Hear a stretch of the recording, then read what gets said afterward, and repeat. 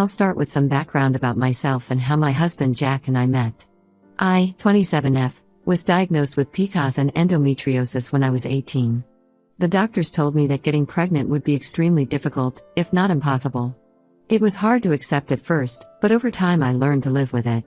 I focused on my career and building my life, even though my own parents constantly worried about who would marry me with this condition.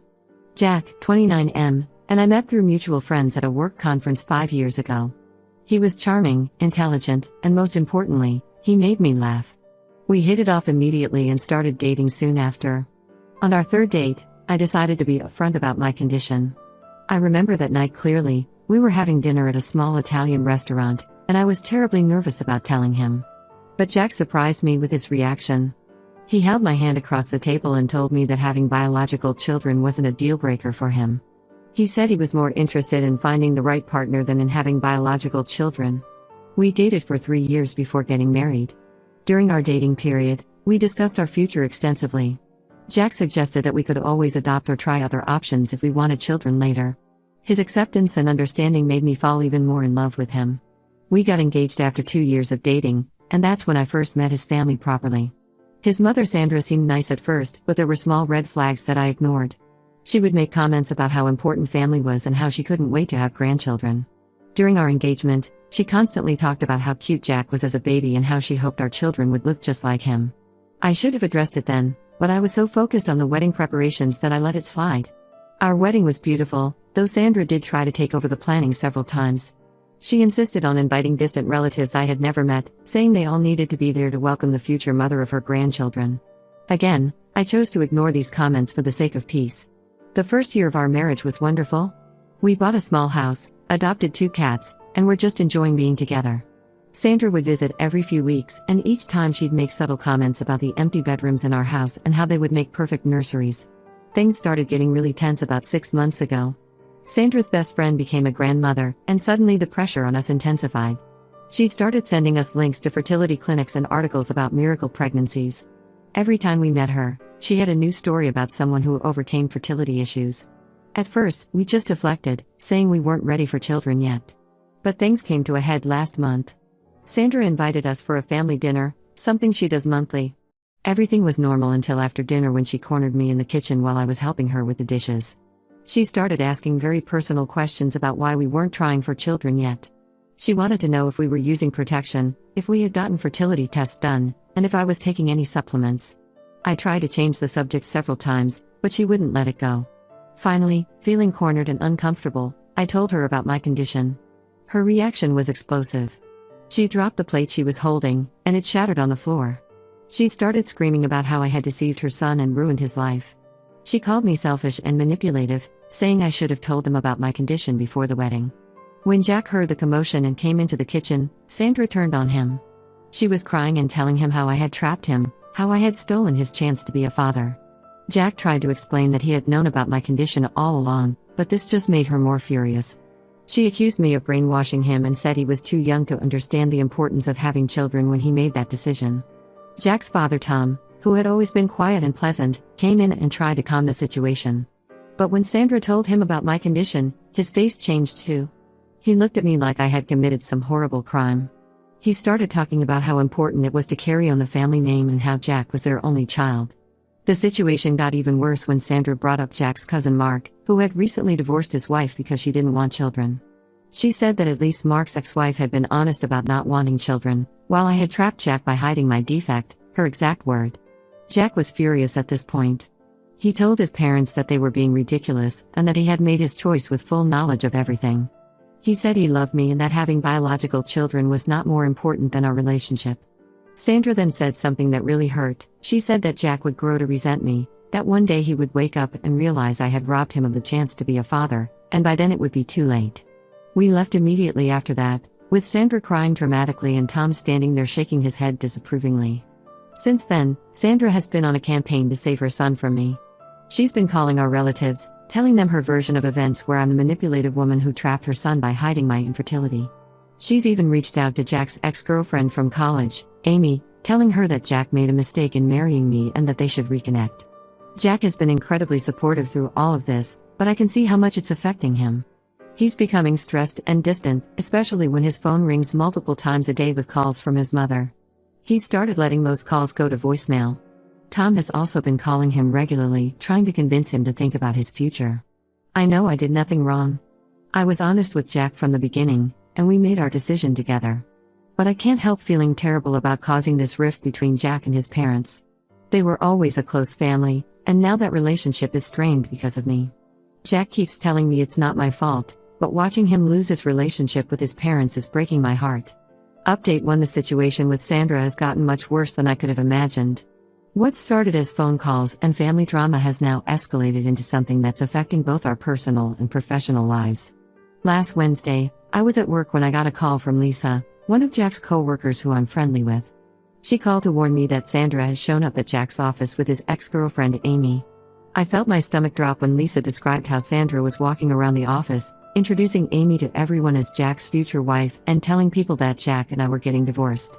According to Lisa, Sandra had dressed Amy up like she was going to a business meeting and was telling everyone that Amy was a successful pediatrician. She's actually a high school teacher who could give Jack the family he deserved. She even had photos of Jack and Amy from college that she was showing around the office. Lisa said most people were uncomfortable and trying to avoid them, but Sandra was persistent, even trying to get into Jack's office to surprise him. Thankfully, Jack was in an important client meeting off-site when this happened. The office receptionist, who knew about our situation from previous incidents of Sandra calling the office, refused to tell Sandra where Jack was. She'd also asked them to leave when they had been waiting for over an hour, saying it was against company policy to have unauthorized visitors loitering in the office. When Jack found out about this later that day, he was furious. He immediately called Amy to find out what was going on. It turns out that Sandra had been in contact with Amy for weeks, feeding her a completely false narrative. She told Amy that Jack was miserable in our marriage, that I had forced him to cut contact with his family, and that he had confided in Sandra about wanting to reconnect with Amy. Amy was mortified when Jack told her the truth. She broke down crying and apologized profusely, saying she had no idea about the reality of the situation. She explained that Sandra had shown her old emails from Jack, from their college days, and convinced her that Jack still had feelings for her. Amy admitted that she had been vulnerable to Sandra's manipulation because she had recently gone through a bad breakup, and the idea that her college sweetheart still cared about her had been comforting. The workplace incident caused significant problems for Jack. People started whispering behind his back, and some of his colleagues began treating him differently. One of his team members even asked him directly if he was planning to leave me for his ex. Jack had to schedule a meeting with HR to explain the situation and ensure that Sandra would not be allowed into the building again. But the workplace drama wasn't even the worst part. Yesterday, we discovered that Sandra had been spreading vicious lies about me in our community. She told people at her church group that I had been lying about my condition and was secretly taking birth control pills because I didn't want to ruin my figure with pregnancy. She claimed to have found birth control pills in our bathroom during her last visit, which is completely false as I've never needed them due to my medical condition. These rumors have spread through our social circle, and now some of our friends are looking at me differently.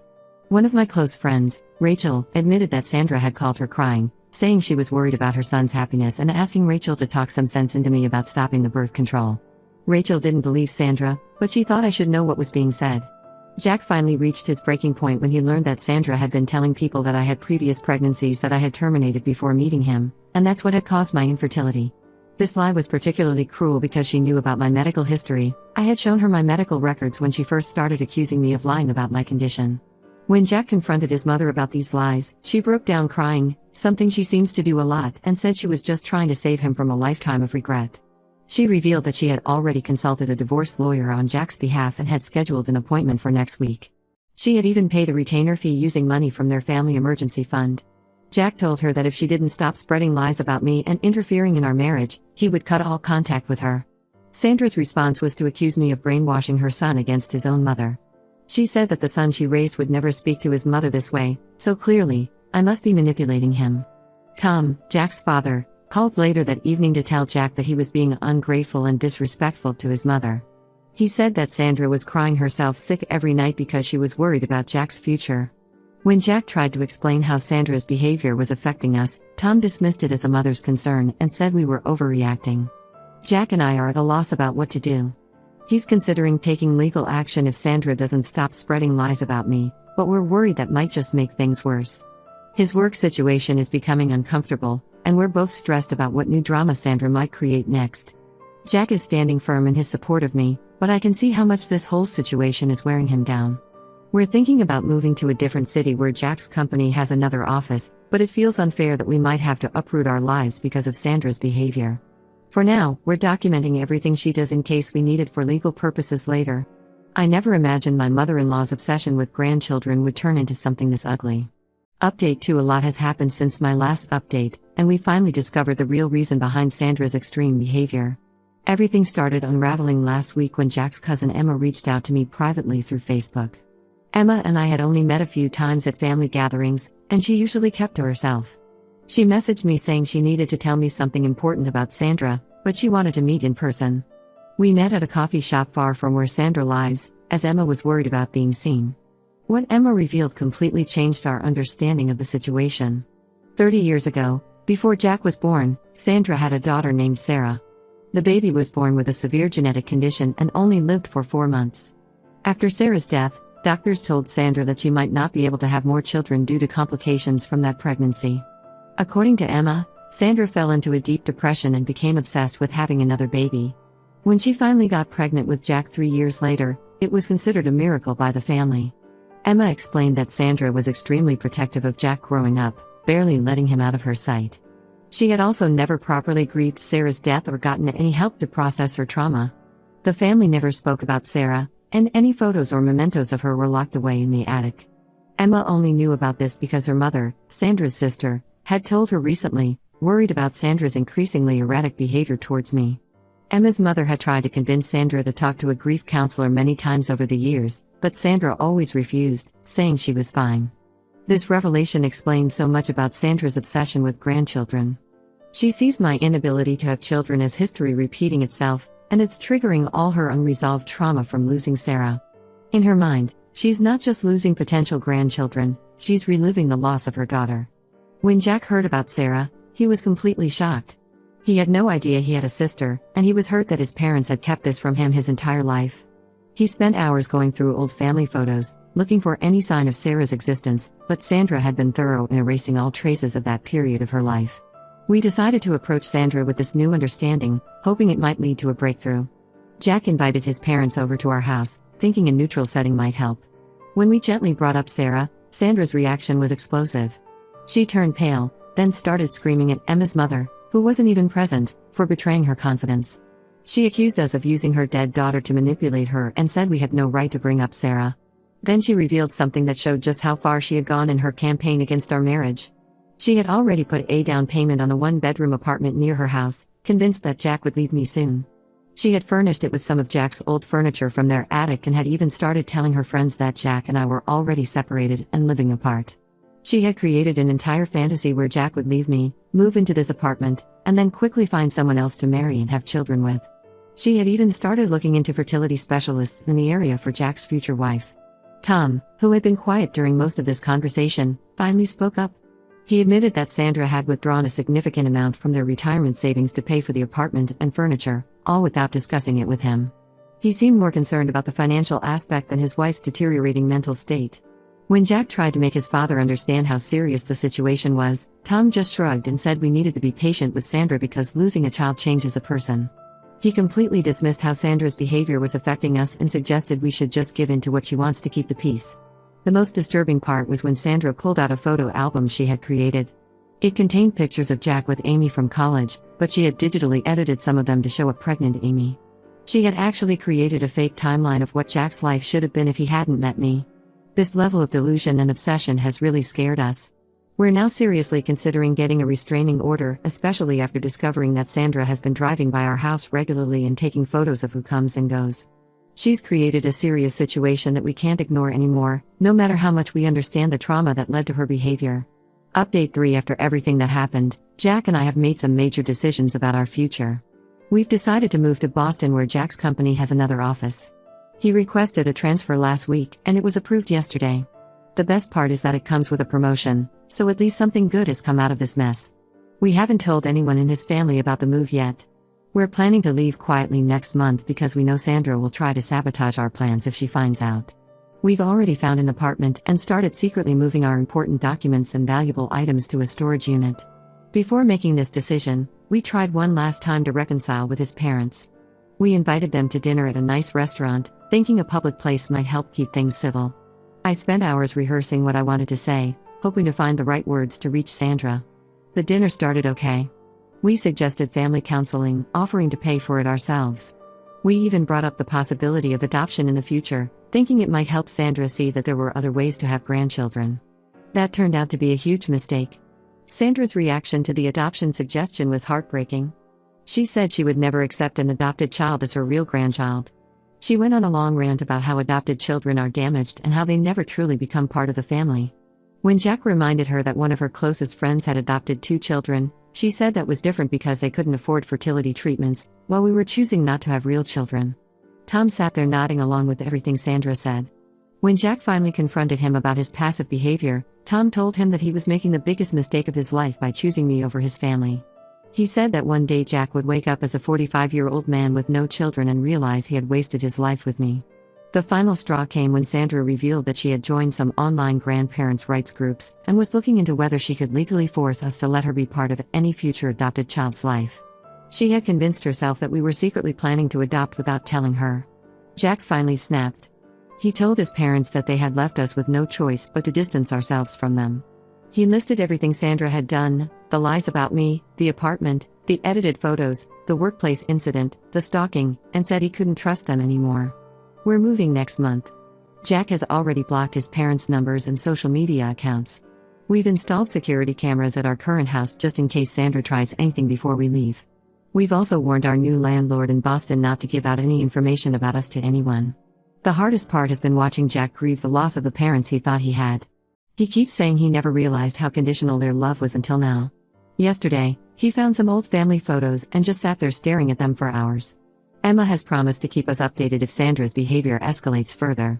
She told us that Sandra has already started telling people that I forced Jack to move away, and that I'm isolating him from his family just like she predicted. At this point, we don't even care what she says anymore. Sometimes the only way to deal with toxic family members is to remove yourself from the situation entirely. It hurts, and it's not what we wanted, but we need to focus on our future and our happiness. If anything good has come from this, it's that Jack and I are stronger than ever. We've seen the worst of what people can do to us, and we've faced it together. Maybe someday, if Sandra gets professional help and shows real change, we might reconsider our relationship with her. But for now, this distance is necessary for our mental peace and our marriage.